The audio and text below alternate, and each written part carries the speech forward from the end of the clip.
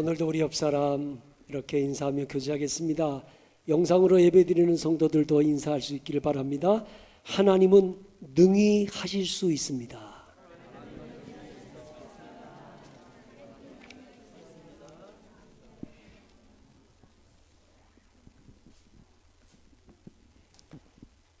경상북도 영주에 가면 봉산교회라는 교회가 있습니다.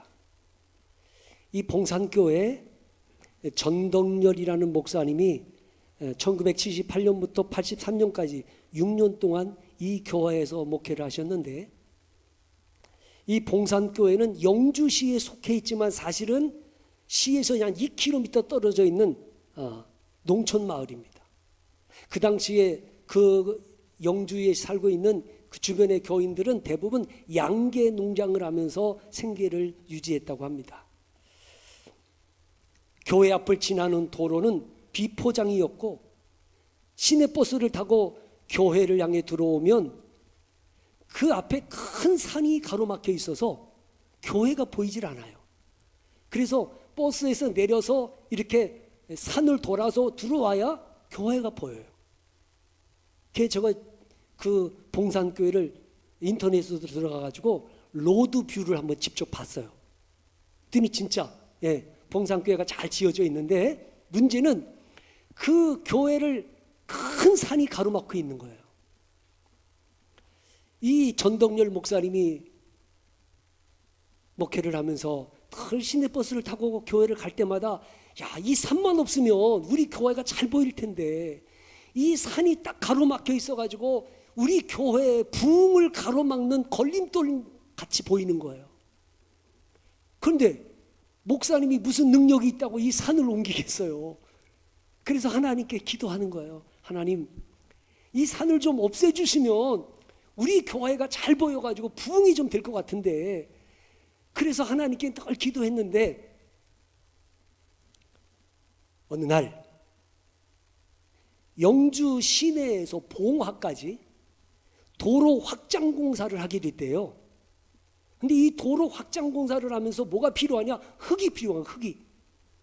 이 도로 확장 공사를 하면서 엄청난 흙이 필요한데 어디서 흙을 조달할 곳이 없는 거예요. 그래서 도로공사 측에서 봉산교회 옆에 있는 산을, 그 산에 있는 흙을 갖다가 메꾸자, 이래가지고 한순간에 그냥 그 큰 산을요, 싸그리 흙을 갖다가 메꿔가지고요, 평지가 된 거야.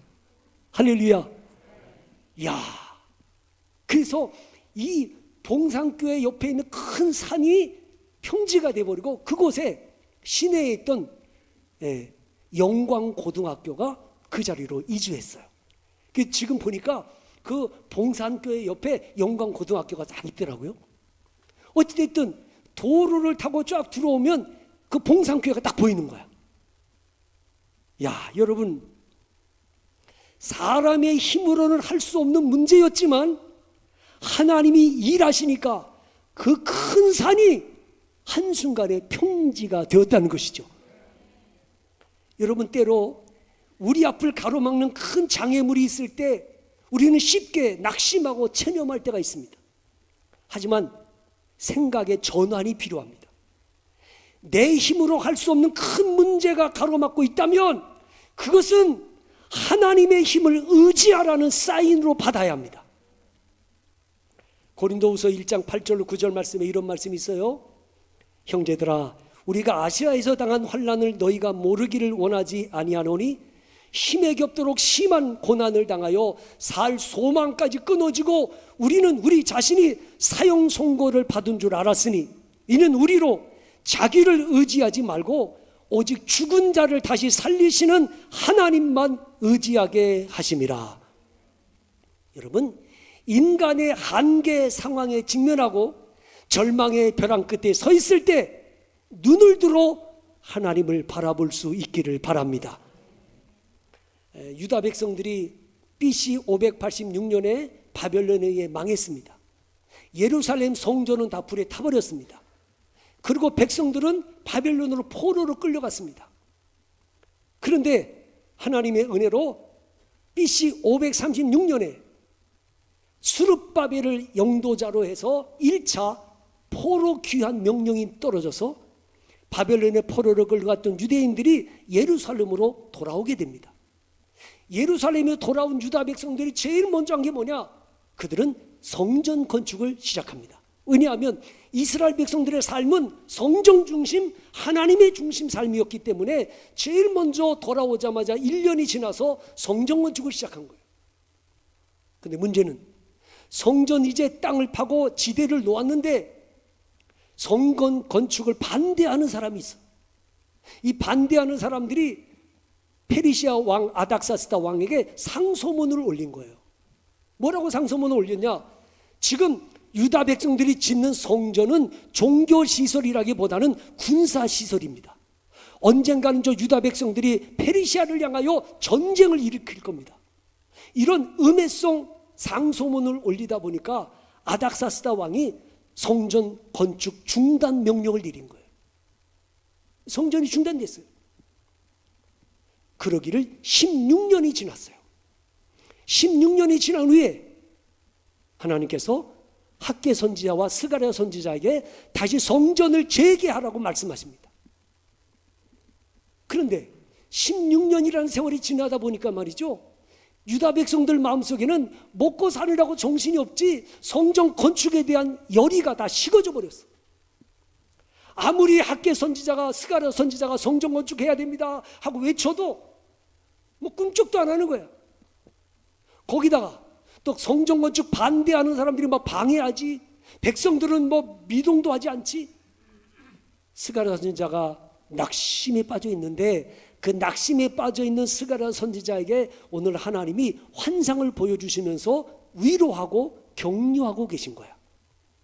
무슨 환상을 보여주셨어요? 순금 등잔 때 환상을 보여주신 거야. 여러분이 가끔 예배당에도 그런 교회들 있잖아요. 이 본당에다가 등잔 7개 불빛이 있는 거 이렇게 해가지고 등잔 7개가 있고요. 근데 이 등잔은 원래 성소 안에 있는 건데 성소 안이 어둡기 때문에 성소 안을 밝히기 위해서 등잔대가 있어요. 진설병이 있고 향단이 있고. 그런데 이 등잔불은요, 제사장이 끊임없이 매일같이 기름을 공급해 줘가지고 이 불이 꺼지지 않게 해야 돼. 그런데 환상 중에는 이 등잔대가 있고 등잔대 위에 기름 그릇이 있는데 양 옆에 2 감람나무가 있는 거야. 그리고 이 감람나무에서 기름이 직접 공급이 되는 거야. 제사장이 기름을 공급해야 되는데 감람나무 2그루가 있어가지고 이 감람나무에서 직접 기름이 조달되고 있는 거예요. 자, 이 환상을 보여주시는 이유가 뭐냐? 이 2 감람나무는 역사적으로 보면 총독이었던 스룹바벨과 대제사장이었던 여호수아를 상징하지만 영적으로는 대제사장이시며 만왕의 왕이신 예수 그리스도를 상징하는 것입니다. 이 예수 그리스도로부터 성령의 기름이 공급될 때 교회가 빛을 발할 수 있다는 것을 보여주는 것입니다. 그러나 이 환상을 통해서 하나님이 말씀하려고 하는 정말 중요한 메시지는 6절에 있습니다. 6절을 다 같이 보시겠습니다. 시작. 그가 내게 대답하여 이르되 여호와께서 스룹바벨에게 하신 말씀이 이러하니라. 만군의 여호와께서 말씀하시되 이는 힘으로 되지 아니하며 능력으로 되지 아니하고 오직 나의 영으로 되느니라. 아멘. 내가 내 힘으로, 내 노력으로, 내 의지로 하려고 하면 넌 낙심하고 좌절할 수밖에 없을 거야. 그러나 네가 하나님의 성령의 능력을 의지하고 일하면 순탄하게 일이 맞춰지게 될 것이다. 그 말씀이거든요. 자, 7절을 보시죠. 시작. 큰 산아 내가 무엇이냐?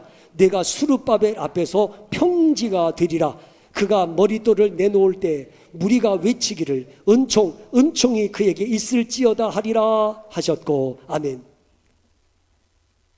성령이 도와주시면, 하나님이 도와주시면 그 큰 산이 평지같이 되리라. 너를 방해하는 적대 세력들, 그들 하나님이 다 정리해 주실 것이고 순탄하게 성전 건축 마무리하게 될 거라는 말씀이죠. 여러분, 다윗 앞에 서 있는 골리앗이 큰 산같이 보이지만 하나님이 도와주시니까 그 골리앗 조그만 둔독에 불과한 거예요. 이스라엘 백성들 앞에 있는 저 가나안 족속 아낙 자손들, 그 거인 같은 아낙 자손들이 큰 산처럼 보이지만 믿음의 사람 갈렙과 여호수아의 눈에는 작은 언덕에 불과한 거예요. 지금 여러분을 가로막고 있는 큰 산이 무엇입니까? 도저히 내 힘으로는 해결할 수 없을 것 같은 큰 산이 무엇입니까? 내 지식과 상식으로는 풀 수 없을 것 같은 큰 산이 무엇일까요? 저는 삼각교회에 있을 때 정말 이 큰 산이라는 게 어떤 것인가를 깨달았습니다. 교회는 부흥되지 않죠. 은행에서 대출받은 원금 이자 갚을 수 없죠. 월세는 밀리죠. 생활고에 시달려야 되죠. 너무너무 힘드니까 정말 어떻게 내가 해결할 수 없는 큰 태산이 내 앞을 가로막고 있는 것 같은 거예요. 그래서 어쩔 수 없어서 하나님 앞에 강단에 엎드려서 기도를 하는데, 기도하는 가운데 하나님이 나에게 선명하게 말씀을 주셨어요. 고린도후서 3장 17절 말씀. 주는 영이시니 주의 영이 계신 곳에 자유함이 있느니라. 이 말씀을 나에게 주신 이유가 있어요. 왜냐하면 그 당시에 저희 교회가 상가에 있었는데 실평수가 13평이었어요. 13평. 그러니까 여러분 웬만한 거실만 하죠. 13평이니까 조금 해요. 그러다 보니까 우리 교회를 찾아오는 목사님들마다 저에게 뭐라고 하냐면, 이 13평짜리 조그만 개딱지만한 교회에 누가 오겠냐는 거예요. 예배당이 작아서 교회 부흥되지 않는다는 거예요. 그 말을 듣다 보니까 나도 모르게 예배당이 작아서 교회가 부흥 안 되는가 보다, 이런 의식에 사로잡힌 거예요. 근데 하나님이 제게 말씀하시는 거예요. 예배당이 작아서 교회 부흥 안 되는 거 아니다. 네 힘으로 네 능력으로 하려고 하니까 안 되는 거지. 성령이 역사하시면 공간에 제한받지 아니하고 이 자리가 앉을 자리 없도록 채워줄 수 있는 분이 성령이시다. 성령은 장소에 매이지 않고 환경에 매이지 않아. 네가 성령의 능력을 의지하면 이 환경에, 이 장소라고 하는 프레임을 깨트리는 자유함을 누리게 될 거야. 그래서 하나님께 제가 회개하고, 철저하게 회개하고, 내가 하나님의 성령을 의지하겠습니다. 이제부터는 성령에 붙들려 살겠습니다. 그리고 기도하고 성령을 사모하고 성령의 은혜 안에 거하려고 하는데, 놀라운 것은 그 13평짜리 예배당, 그 주변엔 지어진 큰 교회들이 줄비한데도 하나님이 일꾼들을 보내주시기 시작하는데 13평짜리 삼각교회 하나님이 가득 채워주신 줄 믿습니다. 성령이 역사하니까 그 큰 산같이 넘을 수 없는 넘사벽이라고 하는 걸 넘을 수 있게 하신 거예요. 도저히 넘을 수 없을 것 같았는데 성령이 역사하니까 그 큰 태산을 평지같이 만들어 주시는 거예요. 여러분, 나를 막고 있는 큰 산 앞에서 낙심하고 체념하지 마시고 그 순간에 철저하게 나를 내려놓고 하나님의 능력을 부여잡을 수 있기를 바랍니다. 성령의 능력을 의지할 수 있기를 바랍니다. 여러분, 사실 내가 할 수 있는 일이 그리 많지 않아요. 내가 할 수 있는 일이 참 거의 없어. 첫째, 자식도 내 마음대로 안 돼. 그죠? 예, 내 자식이지만 내 마음대로 안 돼. 두 번째, 내 마음도 내 마음대로 안 돼. 그렇죠? 예, 그래, 사랑해야지, 용서해야지. 그런데 막상 얼굴 보면 마음이 딱 닫혀버리는 거야. 이게 안 돼요. 내 마음도 내 마음대로 안 돼. 그뿐인가요? 하나님의 말씀을 얼마나 많이 들었어요? 얼마나 많이 알고 있어요? 말씀을 알고 있는데도 말씀대로 순종 못해. 안 돼, 그게. 예? 한 영혼에게 복음 전해가지고 한 사람 구원하는 거 내 마음대로 안 되더라고. 성령이 역사해 주셔야만 되는 거야. 성령이 도와주셔야 되는 거죠. 예. 사람의 마음을 움직이는 거 성령이 역사하셔야 되는 거예요. 예. 에스겔서 36장 26절로 27절에 이런 말씀이 있어요. 또 새 영을 너희 속에 두고 새 마음을 너희에게 주되 너희 육신에서 굳은 마음을 제거하고 부드러운 마음을 줄 것이며 또 내 영을 너희 속에 두어 너희로 내 율례를 행하게 하리니 너희가 내 규례를 지켜 행할지라. 무슨 말씀입니까? 성령이 내 영을 너희에게 부어주면, 성령이 너희에게 임하면 너희의 굳은 마음이 부드러운 온유한 마음이 될 것이고, 성령이 너희에게 임하면 너희가 하나님의 말씀을 순종하는 자가 되게 될 것이다. 네. 내 마음대로 되는 게 없어요. 잘 안 돼요. 그런데 성령께서 은혜를 주시니까 되더란 말이죠. 자, 사무엘상에 보면 블레셋과 이스라엘이 전쟁을 하잖아요. 그때 이스라엘이 불리하니까 언약궤를, 법궤를 가지고 전쟁터에 나갔다가 법궤를 빼앗겼잖아요. 그래서 블레셋 사람들이 법궤를 가지고 자기들의 신전에다가 두잖아요. 근데 그 신전에 두니까 다곤 신이 깨져가지고 머리부터 발목까지 다 깨져버린 거예요. 그래서 이 법궤를 다른 곳으로 옮겨야 되겠다. 그래가지고 가드라는 곳으로 옮겼더니, 가드에 옮겨놨더니 또 가드에 있는 백성들의 종기가 생겨가지고 또 난리가 납니다. 그러니까 이것도 어디로, 에그론으로 또 옮기자. 에그론으로 옮겨요. 에그론으로 옮기니까 백성들이 우리 법궤 오면 안 된다고 반대해요. 결국 어떻게 해요? 이스라엘로 다시 돌려보내자. 그래가지고 수레를 만들어가지고 수레에다가 법궤를 얹어놓고 전 나는 암소 2마리로 수레를 끌고 가게 합니다. 전 나는 암소. 이게 무슨 의미죠? 전 나는 암소란 말은 새끼를 낳은 지 얼마 안 된 거야. 그게 젖이 나는 거죠. 그러니까 전 나는 암소 2마리로 이 수레를 싣고 벳세메스, 이스라엘과 블레셋 경계 지점에 있는 이 벳세메스로 곧게 올라가면 지금까지 임했던 모든 재앙은 하나님이 내린 것이고, 만약에 이 암소들이 다시 돌아오면 우연히 일어난 것이다. 자, 이 블레셋 사람들의 생각이 얼마나 얄팍해요. 전나는 암소, 새끼들이 있잖아요. 본능적으로 이 암소들은 새끼가 있는 곳으로 돌아가기도 있어요. 그래서 블레셋 사람들은 지금까지 있었던 모든 재앙이 우연이다라고 믿고 싶었던 거지. 그래, 전나는 암소 2마리로 벳세메스로 가게 합니다. 그런데 놀라운 것은요, 동물들도 본능이라는 게 있잖아요. 그러면 이 전나는 암소 2마리가 새끼가 있는 곳으로 돌아가야 돼요. 그런데 성경에 뭐라고 되어 있어요? 이 암소 2마리가 울면서 벳세메스로 곧게 가더라. 울면서, 본능을 버리고 감정을 내려놓고 울면서 벳세메스로 가는 거야. 예? 여러분, 사람이든 짐승이든 본능을 따라 살게 돼 있는데, 하나님이 역사하시니까, 성령이 역사하니까 본능도 감정도 이기고 말씀 따라 벳세메스로 올라가는 거야. 오늘도 여러분, 내 힘으로는 안 돼요. 내 의지로는 안 돼요. 그러나 성령께서 나를 붙들어 주시면 하나님의 말씀 따라 순종할 수 있도록 능력을 부어주실 줄 믿습니다. 성령이 역사하면 되는 거예요. 응? 주는 나의 피난처라고 하는 책을 쓰신 분이 있어요. 코리 텐붐 여사인데, 이 코리 텐붐 여사는 네덜란드 사람입니다.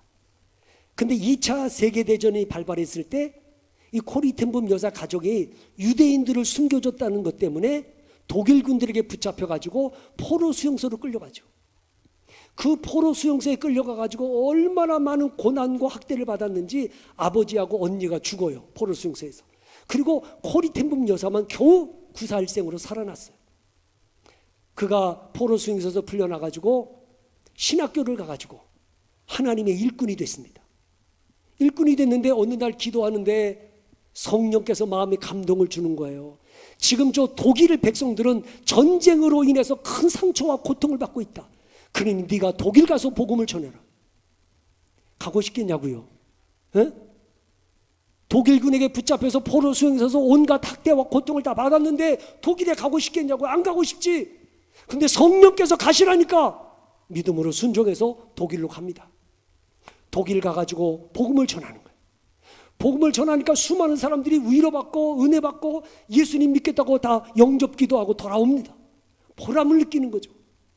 어느 곳에 가서 이제 또 복음을 전하는데 수많은 사람들이 은혜를 받고 말씀이 끝나니까 사람들이 줄을 서서 고리템분 여사하고 손을 잡고 악수하겠다고 줄을 서 있지 않겠습니까?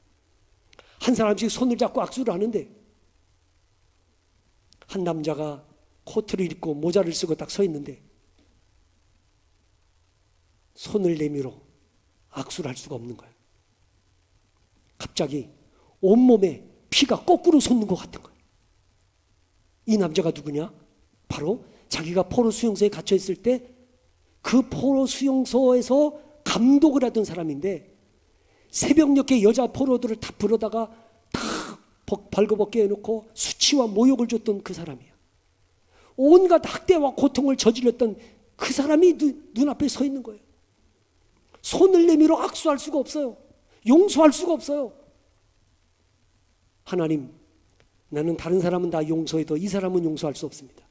하나님이 벼락을 쳐서 이 사람을 치신다면 용서하겠지만 나 이 사람 용서 못합니다. 그때 주님께서 코리덴문 여사의 마음속에 이렇게 말씀을 하시더랍니다. 나는 십자가에서 나를 못 박고 침뱉고 채찍으로 때리고 조롱하며 가시관을 씌워서 나를 괴롭히던 사람들을 내가 다 용서하지 않았느냐? 너도 용서해라. 그때 코리덴문 여사가 이렇게 기도했다고 해요. 하나님, 난 용서 못합니다. 그러나 하나님이 용서할 수 있는 힘을 주시옵소서. 그때 성령이 코리덴문 여사의 마음을 강하게 감동을 해가지고 손을 내밀어 그 사람의 손을 딱 잡는 순간에 얼어붙었던 가슴이 싹 녹아지면서 미움과 증오가 사라지고 말할 수 없는 기쁨과 감격을 누리게 되었다. 이렇게 고백을 합니다. 무슨 말입니까? 용서하는 것도 내 의지로는 안 되더라는 거예요. 그러나 성령께서 은혜를 주시니까 용서하게 되더라는 거지. 사랑하는 것도 용서하는 것도 내 마음대로 안 돼요. 그러나 성령께서 은혜를 주시니까 그 원수 같은 사람도 용서할 수 있게 되더라는 거지. 힘으로도 아니 되고 능으로도 아니 되나 오직 나의 영으로 되느니라.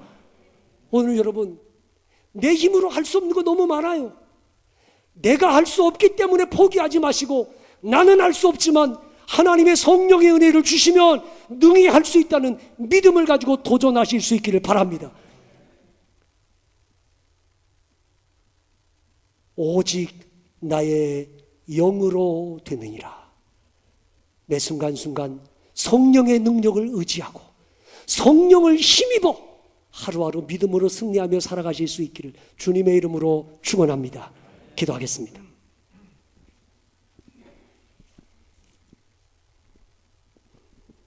하나님 아버지, 성령 강림 주일을 맞아서 다시 한번 내 힘으로 내 의지로 살려고 하지 아니하고 성령의 은혜를 힘입어 사는 주의 백성들이 되기를 원합니다. 내가 할 수 없기 때문에 낙심하지 않게 하시고 내가 할 수 없을 때는 하나님의 능력을 붙드는 자가 되게 하여 주옵소서. 오늘도 하나님의 성령의 은혜를 힘입어 한 주간도 믿음으로 살게 하여 주옵소서. 성령의 말하게 하심을 따라 말하게 하시고 성령에 붙들려 성령에 이끌려 사는 한 주간이 되게 하여 주옵소서. 내 언어 속에 내 삶 속에 예수님 향기 드러내며 살게 하여 주옵소서. 예수님의 이름으로 감사하며 기도드리옵나이다. 아멘.